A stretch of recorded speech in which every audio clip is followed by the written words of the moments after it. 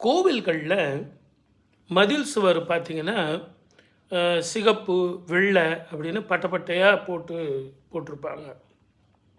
இது எதற்காக இந்த ஒரு குறிப்பிட்ட நிறத்தை உபயோகப்படுத்தினாங்க?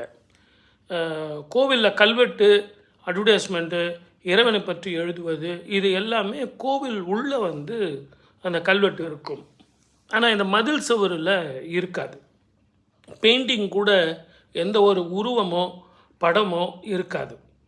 இது எதற்காக இந்த மாதிரி பட்டையாக போட்டாங்க அப்படின்னா, தூரத்தில் இருந்தே பார்த்தாலே அங்கே நமக்கு ஒரு கோவில் இருக்குது அப்படிங்கிறது தெரியறது. இது எல்லாத்தோட மோட்டிவேஷன். ஒரு கோவிலுக்கு போகும்போது உங்கள் மனசு நிர்மலமாக இருக்கிறதுக்கும், மனசு அலைப்பாயாமல் இருக்கிறதுக்கு அந்த நிறங்களை உபயோகப்படுத்துகிறாங்க.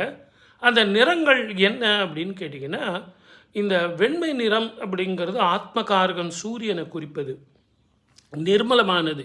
ஏதாவது ஒன்று சின்ன கருப்பாக இருந்தால் கூட ரொம்ப பெருசாக தெரியும். ஆனால் அதில் எந்த ஒரு நிறங்களும் சேர்க்காம இந்த பெயிண்டிங் வரைகிறவங்களுக்கெல்லாம் நல்லா தெரியும். காம்பினேஷன் போடுறவங்களுக்கெல்லாம் அது அதுவாக இருக்கும், சிவமயமாக இருக்கும். எதனுடைய கார்னேஷன், எதனுடைய தொடர்பும் அந்த நிறத்துக்கு இருக்காது. அப்படிப்பட்ட நிறம்தான் வெண்மை. அதனால தான் அந்த வெண்மையை அடி ஆதாரமாக உபயோகப்படுத்தினாங்க. அதுக்கு பிறகு அதுக்கு மேலே ஒரு சிகப்பு கோடு போட்டது எதற்காக அப்படின்னா, சிவசக்தி ஸ்வரூபமாக அங்கே சிவனும் சக்தியும் சேர்ந்து இருக்கும் நிறமாக செவ்வாயினுடைய அம்சம் பெற்றது, சந்திரனுடைய ஒளி பெற்றது, இதையெல்லாம் உள்வாங்கக்கூடியது, மங்களத்தை தருவது. அது மட்டுமல்ல, மிக ஜாக்கிரதையாக இருக்க வேண்டிய ஒரு இடம், அதை கையாள வேண்டியது நெருப்புக்கு இணையானது. சிகப்பு நிறம் என்பது ஆக்ரோஷமானது.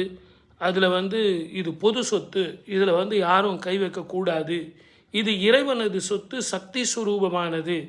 அந்த ஒரு மனிதனுக்கு சக்தியை கொடுக்கக்கூடியது, வெப்பத்தை தரக்கூடியது, அதே மாதிரி நல்ல சிந்தனையை தரக்கூடியது, தெய்வீகமானது.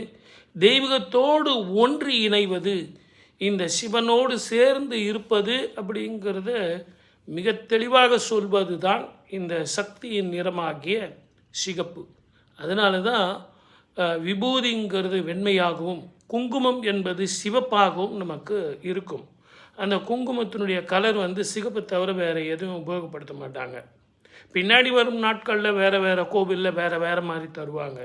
இவ்வளவு ரகசியங்கள் அடங்கியது தான் மதில் சுவர். அப்போ புரிஞ்சுக்கிட்டிங்களா? பெரியவங்க பார்த்து வச்சுருக்காங்க.